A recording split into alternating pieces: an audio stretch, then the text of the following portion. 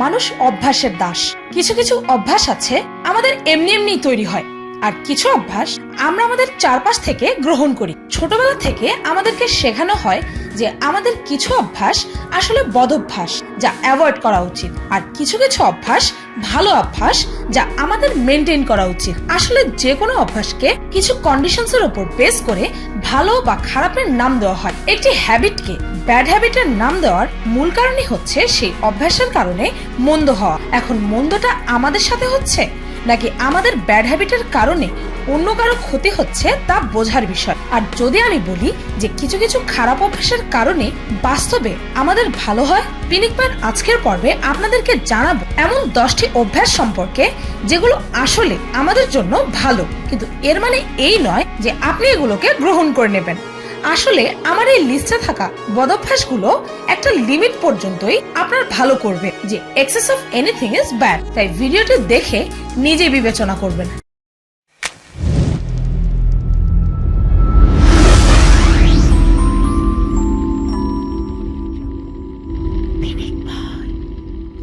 Number 1, TV দেখা।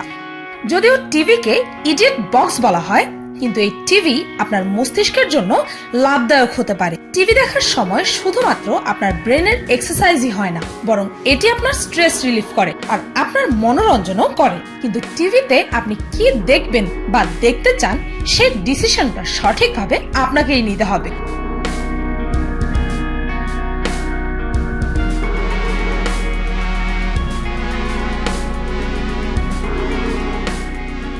Gossip করা, এই বদঅভ্যাসটি অনেক মানুষের মধ্যেই আছে। একবার আপনি আপনার নিজের ফ্রেন্ড সার্কেলের ব্যাপারটি খেয়াল করেন না, আপনার পরিচিত এমন অনেককেই পেয়ে যাবেন যারা নিজের কাজ ফেলে অন্যের ব্যক্তিগত ব্যাপারে নাক গলাতে পছন্দ করে, অন্যের পার্সোনাল তথ্য ছড়াতে খুব ভালোবাসে। যদি আপনার বা আপনার কোনো ফ্রেন্ডের মধ্যে এই গসিপ করার বদঅভ্যাসটা থেকে থাকে, তবে আমি বলবো যে এটা এতটাও খারাপ নয়। গসিপ করার সময় আমরা একে অন্যের কথা মনোযোগ দিয়ে শুনতে পারি। এমন কথা বলতে গিয়ে প্রায় লোকে অনেক মজা পায় ও খিলখিলিয়ে হাসতে থাকে, যেটি হচ্ছে এই গসিপিং এর আরো একটি লাভ। গসিপ করার জন্য আমরা অতি চালাকির সাথে অন্যের কথাগুলোকে জানতে চেষ্টা করি, যার কারণে ব্রেন অনেক দ্রুত পারফর্ম করে। এটি হচ্ছে তৃতীয় লাভ। আর এর সর্বশেষ পজিটিভ দিক হচ্ছে যারা গসিপ করতে আনন্দ অনুভব করে, তাদের জন্য গসিপ করা হতে পারে তাদের অন্যান্য দুশ্চিন্তা থেকে মুক্তি পাওয়ার উপায়।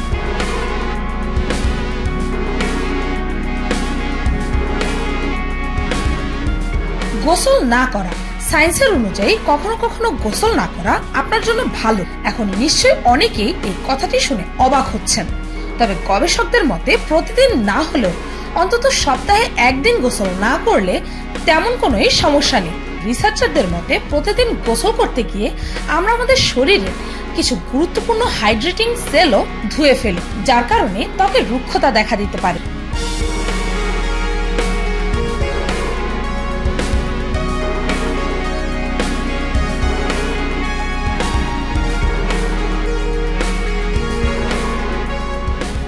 বেশিক্ষণ ঘুমানো, 5 থেকে 6 দিন অফিসে গরু ছাগলের মতো কাজ করার পর ছুটির দিনে মানুষ বিছানা থেকে উঠতেই চায় না। উইকেন্ডে তারা ঘুম ছাড়া আর কিছুই বোঝে না। কিন্তু রিসার্চারদের মতে মানুষের এই বদঅভ্যাসটি আসলে তাদের স্বাস্থ্যের পক্ষে অত্যন্ত ভালো। উইকেন্ডে বেশিক্ষণ বিশ্রামের ফলে মানুষের আয়ুষ্কাল বাড়ে। সারা সপ্তাহ আমরা যে পরিমাণ পরিশ্রম করি তার থেকে একটু রিলিফ পাওয়া যায়, কিন্তু যদি আমরা ঠিক পরিমাণ রেস্ট না নিই তাহলে এর কারণে শরীরে মেদ বৃদ্ধি পায়, মানসিক চাপ বৃদ্ধি পায়, আর তার সঙ্গে সঙ্গে এর কারণে হার্ট অ্যাটাকের চান্সও বেড়ে যায়। অ্যালার্ম বাজার পর যখন আপনি কিছুক্ষণের জন্য আবারও ঘুমিয়ে পড়েন, তখন সেই ঘুমটুকু কিছু লিমিট পর্যন্ত আপনার মেমোরি পাওয়ার, কাজ করার ও শেখার ক্ষমতা বাড়িয়ে দেয়।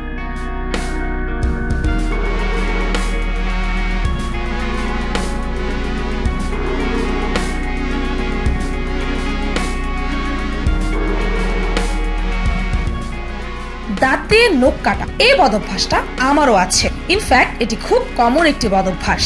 সাধারণত স্ট্রেস থাকলে অনেকের ক্ষেত্রে এই দাঁত দিয়ে নখ কাটার ব্যাপারটা আপনি হয়ে যায়। যদিও দেখতে এটা ডিসগাস্টিং, তবে জেনে রাখুন এই বদঅভ্যাসটি আসলে আপনার জন্য ভালো। যখন আপনি আপনার দাঁত দিয়ে নখ কাটেন, তখন আপনার নখে থাকা অনেক ব্যাকটেরিয়াই আপনার পেটের ভেতর চলে যায়। যদিও খুবই ডিসগাস্টিং শোনাচ্ছে, তবে এর কারণে আপনার ইমিউন সিস্টেমে ভাইরাস ব্যাকটেরিয়া প্রতিরোধক হোয়াইট ব্লাড সেল তৈরির কারণ হয়ে দাঁড়ায়। আপনার বডি এ সকল ব্যাকটেরিয়াগুলোকে মেমোরি ব্যাংকেও রেজিস্টার করে, অর্থাৎ দাঁত দিয়ে নখ কাটলে একদিক থেকে আমাদের প্রতিরোধ ক্ষমতা বাড়ে। আর একটি রিসার্চে জানা গেছে যে সকল বাচ্চারা আঙুল মুখে দেয় তাদের মধ্যে অ্যালার্জি হওয়ার সম্ভাবনাও খুব কম থাকে।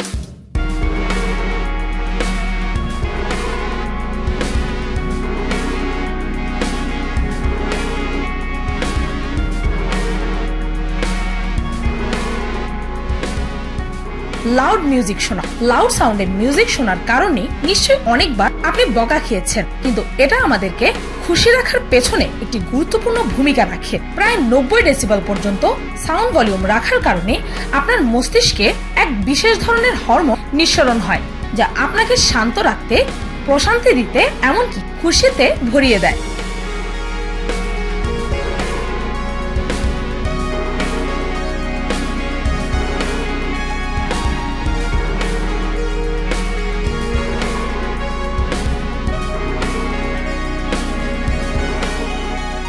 কফি। অনেক সময় ডাক্তাররা কফি খেতে বারণ করে, কেননা কফিতে আছে ক্যাফিন, যা শারীরিক দিক থেকে বিবেচনা করলে আমাদের জন্য মোটেও ভালো না। কিন্তু যদি এই ক্যাফিন অল্প মাত্রায় সেবন করা হয় তাহলে এটি কখনোই আমাদের শরীরের ক্ষতি করবে না। ইনফ্যাক্ট কফি খাওয়ার অনেক লাভও আছে। প্রথমত, এটি আপনার মেটাবলিজম বাড়ায়, যার কারণে শরীরে চর্বি কমে যায়। দ্বিতীয়ত, যদি প্রতিদিন 1 কাপ করে কফি খাওয়া হয় তাহলে কখনোই আপনার কিডনিতে পাথর জমার ভয় থাকবে না। তৃতীয়ত, যদি নারীরা দিনে অন্তত 1 কাপ করে কফি খায় তবে তারা স্ট্রেস মুক্ত থাকবে আর তাদের ডিপ্রেশনের মতো প্রবলেম ধারে কাছেও আসতে পারবে না। আর লাস্টে, যদিও এটি সব সময়ের জন্য নয়, কিন্তু একটি রিসার্চ অনুযায়ী পেট পরিষ্কার না হলে কফি খাওয়া উচিত। মাত্র আধা ঘন্টায় এটি কাজ করা শুরু করে দেয়।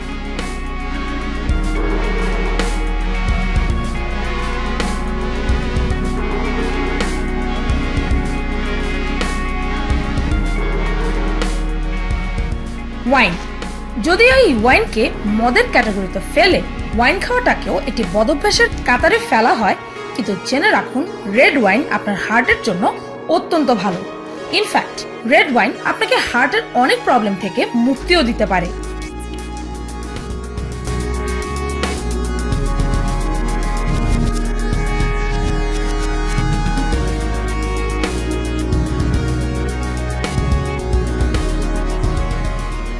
রেগে যাওয়া। যদিও রেগে যাওয়াটাকে ভালো নজরে কখনোই দেখা হয় না, কিন্তু কিছু কিছু সময় রেগে যাওয়াটা আপনার জন্য লাভজনক হতে পারে। কোনো ব্যাপারে যদি আপনি অশান্তিতে ভুগতে থাকেন আর যদি ভেতরে ভেতরে এর কারণে আপনার দুশ্চিন্তা হতে থাকে, এমন সময় হঠাৎই রেগে যাওয়ার ফলে আপনার বিরক্তি, ভয় বা উত্তেজনা কমে আসতে পারে। তার সঙ্গে সঙ্গে আপনি হালকাও অনুভব করতে পারেন।